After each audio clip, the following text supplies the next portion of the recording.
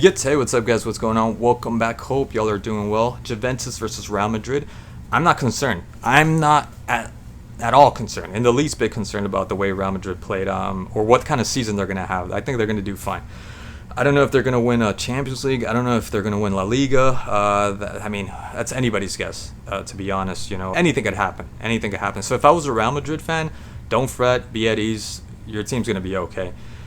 They did make some mistakes. I do agree they did make some mistakes in the defense, but that first goal wasn't just the defense. That was Modric's fault with that stupid little spin move that he was doing. I don't know why he was doing something like that so deep into his first half. There was no need for that. That was all on him. And yes, the defense wasn't there. It wasn't even present. It was the weirdest thing.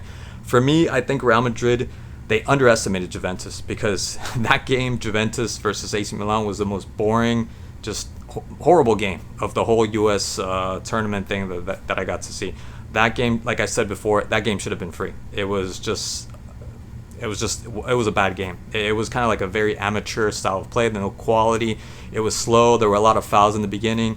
Nothing dangerous, but just a lot of unnecessary fouls. It looked like an NFL game. You know what they stop, and I'm not saying the NFL is bad or anything like that. It was just a boring game, a very boring game. That first goal was all Modric, in my opinion. The second goal, really good build up. From Juventus. McKennie I thought had a really good game, man of the match. He deserves it, of course. If you see when McKennie passes the ball back, he's not passing it to Moises Kean. Sorry, he's not passing it to Weah. He was passing it to Moises Kean. But, everyone makes their own luck, and Weah, really good job at just continuing to play and just following up, and just very clinical. I thought Juventus was very, very clinical compared to Real Madrid. But Real Madrid kind of woke up afterwards. A little bit too late, obviously, but when they did, everybody was present. Everybody had a shot from outside. Rudiger, Nacho had a really good shot from inside the box, which Chesney did a really good job at blocking.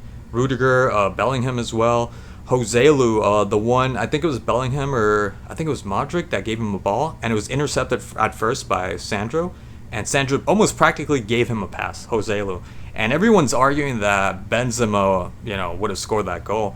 Maybe, but when you see the play, the angle, I thought Chesney did a really good job at closing the angle. Yeah, he just shot it outside. He just shot it too wide. But yes, Benzema being Benzema, maybe perhaps he would have held on to the ball, meaning he would have had Chesney commit to the play. He would have dove first, as well as the other players, the Juventus defense.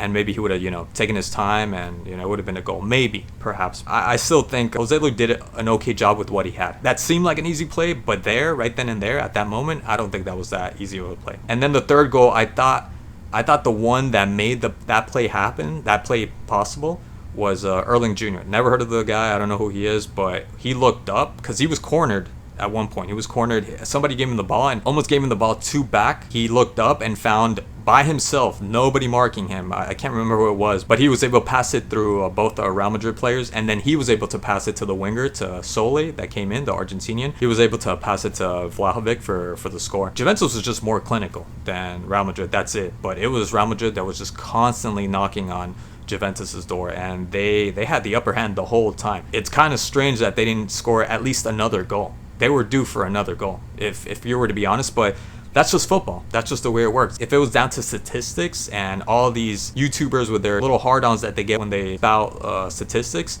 then there would be no point to watch away games, for example, because you'd already know by the score and the way they played the first game that what's the point of going back and playing this team again, because you're definitely going to lose according to statistics, right? But that's the beauty of football, because had this game been played in a Champions League game, I'd like to say that this wouldn't have happened, because they wouldn't have underestimated Juventus.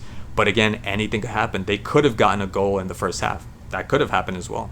And since they don't have Benzema anymore, who's to say that they were going to come back and win the game? Kind of like what happened with Liverpool in the Champions League game last season. I thought McKennie did a really good job. He played well. He really does inject a different kind of dynamic to the midfield. I feel like Juventus needs that kind of player. Weah, useless.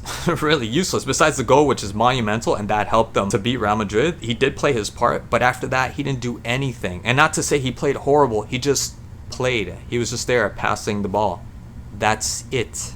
He didn't do anything else. I'm going to keep saying that was a horrible signing from Juventus when they could have gotten so many other players. I don't know, marketing to have another American, all that stuff. There were some fouls that I didn't agree with. The two consecutive ones that Vinicius had with Gatti, really tall guy.